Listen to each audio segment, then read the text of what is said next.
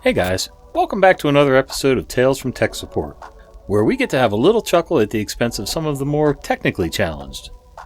I'm Uncle Reddit, and have I got some stories for you. No, you cannot remote into your office and utilize the webcam and microphone capabilities. Everyone has been sent home to work. A user called my cell. She's wonderful and nice and is high maintenance, yet researches before she calls. She is attempting to use MS Teams from home to test her system by calling with video into a coworker. For some reason, she doesn't have the video or microphone option. She's at home on a laptop that I set up for her as a loaner. I tested it, it was good. So I remoted in. Darn if she didn't have that mic and camera. So I did Device Manager. No changes there. And darn, no drivers. So I download and install the drivers. We needed to restart, and we were going to restart. Then she told me she needed to disconnect the VPN. Otherwise it would turn her office computer off, not restart. Bing! She didn't tell me she was remoted into the office. I confirmed that I was remoted into her, and her screen was remoted into her office desktop. Yup. Bombgar cuts off the VPN notification ribbon on the top of the screen. The asset tag showed her laptop, not her desktop. She proudly explained it all on the speaker. She did actually, and quite nicely, use her VPN and remote access for the first time, successfully. I plainly said to all, think about it. If my camera was here, point to my monitor in my office, and if I were at home on my laptop, remoted into this computer, pointing again, the video in Teams would be displaying my empty office chair, this view, motioning to the window in lovely view, and they would hear crickets because I'm not here. 2 of the 4 people crowded in my office got it, because they were having the same problem. We almost had 2 pretzel chokings because of the aha moment. So we installed the desktop version of Teams on laptops, one by one.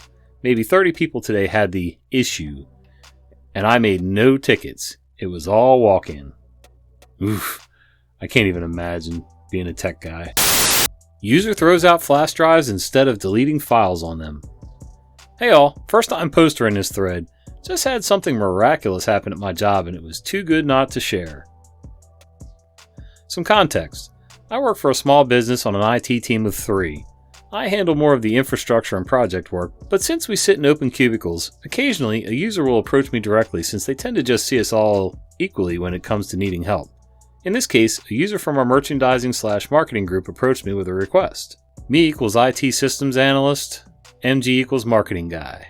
Marketing guy.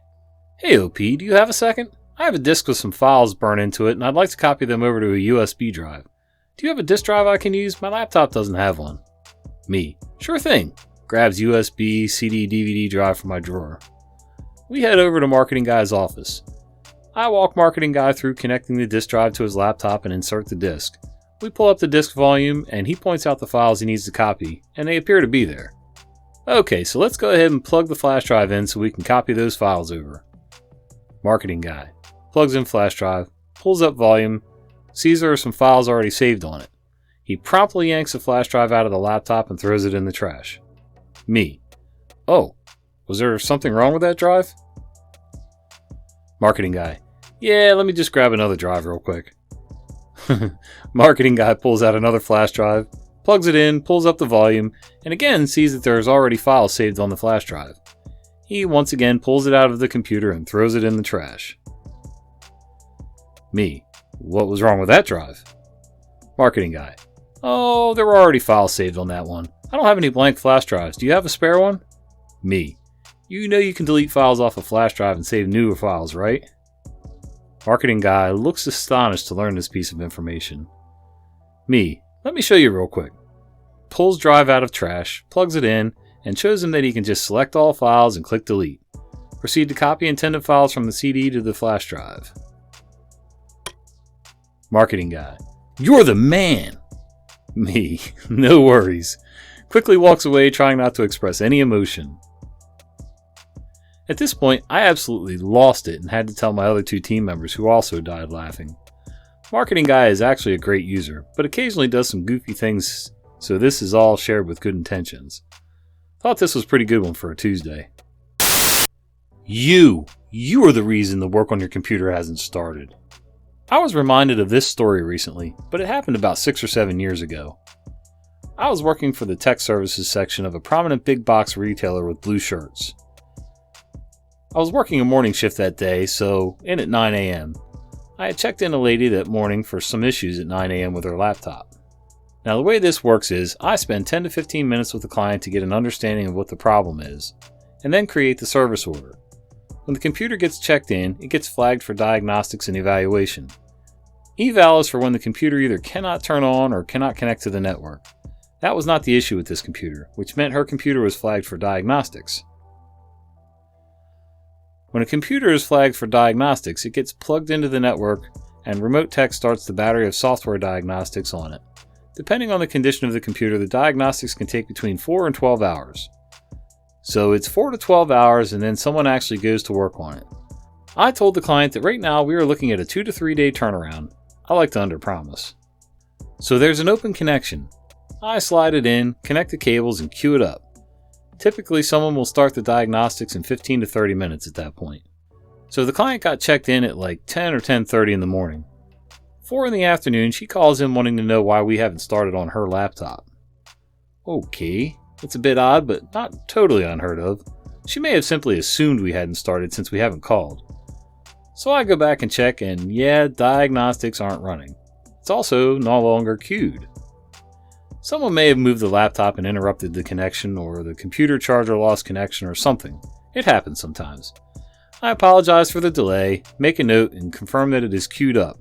The connections are tight, and that it's flagged for diagnostics and ready to go, and the tech should be starting the diagnostics anytime now. Just to make sure there isn't a problem, I ping the tech line and ask them to confirm the unit is queued. They can see it and it's in line to be started. Should be started in about 5 minutes. I finish out my shift and leave for the day. I come back the next day. First call of the day, same lady wanting to know why we haven't started work on her computer. Okay, this is somewhat unusual. I go and look at her computer, and it is no longer queued, and doesn't have any diagnostic results. Okay, so something's going on. I once more apologize to the client and explain that something atypical is going on and I'm going to look into it.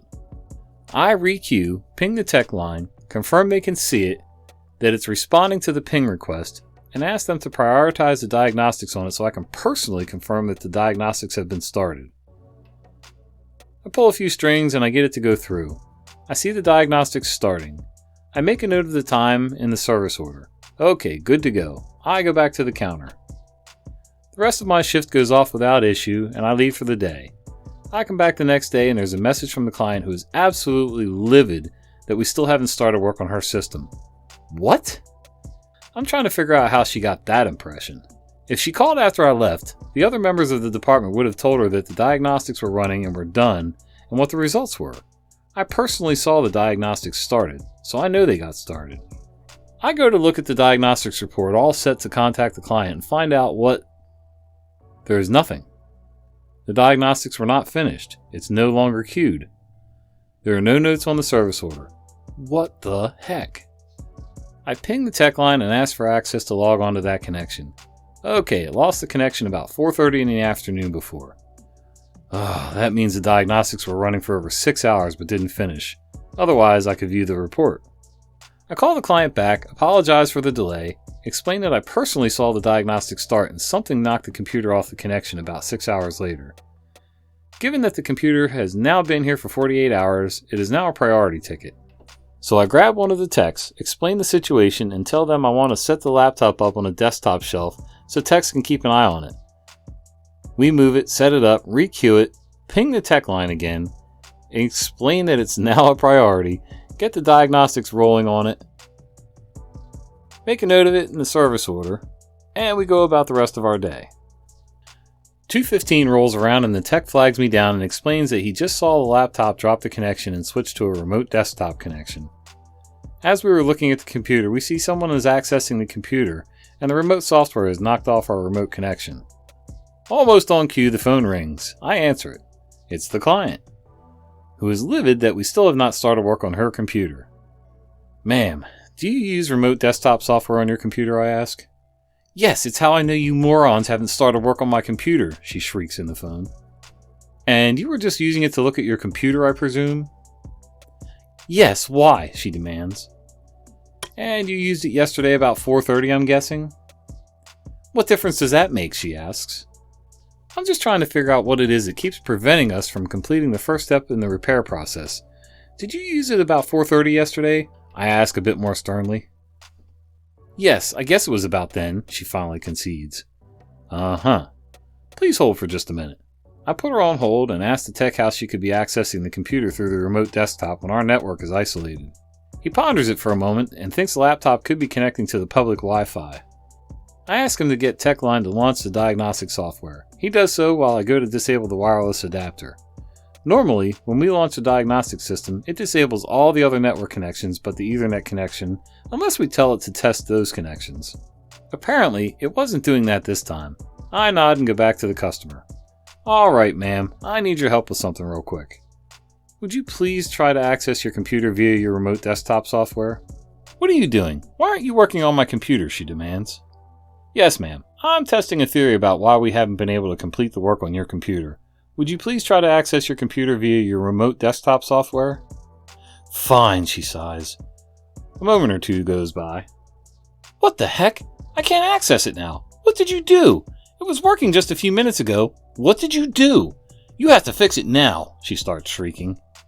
Yes, ma'am. Your remote desktop software was interrupting our diagnostic software and crashing the process, forcing us to start over, a process that looks to take about 8 or 9 hours to complete. What do you mean, she demands. We have started the diagnostic process 4 times now. 3 of those times you have accessed your computer with your remote desktop software and broke our connection to our diagnostics.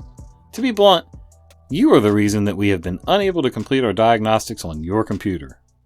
Now that I have disabled your wireless adapter, your computer is no longer connected to the internet, allowing us to do the work you have asked us to do. Because your computer has been here for more than 48 hours, it is now a priority ticket. With that being said, we are still looking at 8 to 12 hours to finish the diagnostics and to identify the problem, and then we can fix the problem. So the estimated turnaround time at this point is 24 hours, I explained. The problem with her computer was she had 2 pieces of malware that the automatic repairs, which are the last step of the diagnostics, dealt with. So if she had just not used the remote desktop system, it would have been done that first morning. Yeah, I can understand being a little frustrated from his point of view, but at the same time, she probably didn't understand how any of that stuff worked. Building company's PC sets on fire due to being full of sawdust and brick dust. So I was working at this small computer repair shop back in 2016 as an apprentice. This regular customer comes in. He owns a small builder's yard. Hello, Steve Fake Name. How's business? I asked as he came in. Yeah, good mate, except this PC. I know it's not one of the ones you sold me, but can you have a look at it? It's extremely loud and getting kind of slow. Sure thing. So instantly, I see the fans and the case itself is covered in a thin layer of sawdust and brick dust. Yeah, it's going to need a good cleaning, I think, and we got a 250 gigabyte SSD. Only use the PC for emails and Word documents, no data stored on it. Going cheap if you want it. Came out of a new laptop we upgraded.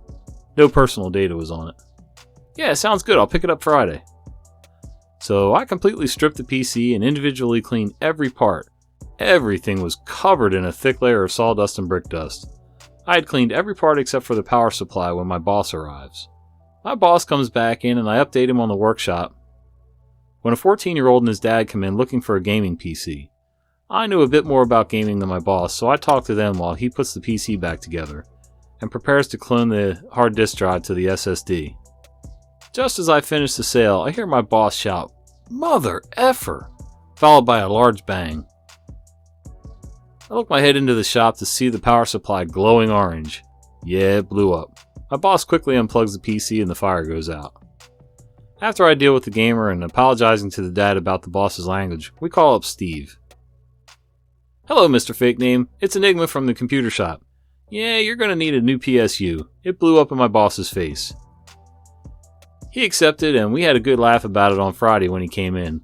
He also purchased 3 years worth of antivirus for his machine, so all was good in the end. He actually became a very regular customer after he purchased multiple laptops and desktops off of us. Yeah, sometimes we need to be saved from ourselves. I think when you buy a new machine, there's something that should flash up on the screen when you first start it up that gives a warning that you have to sign off on. hey, this is sensitive equipment. If you're going to be around brick dust, sawdust, any of that kind of stuff, you should have it cleaned regularly, or it's on you, or whatever. Or that it could destroy your machine.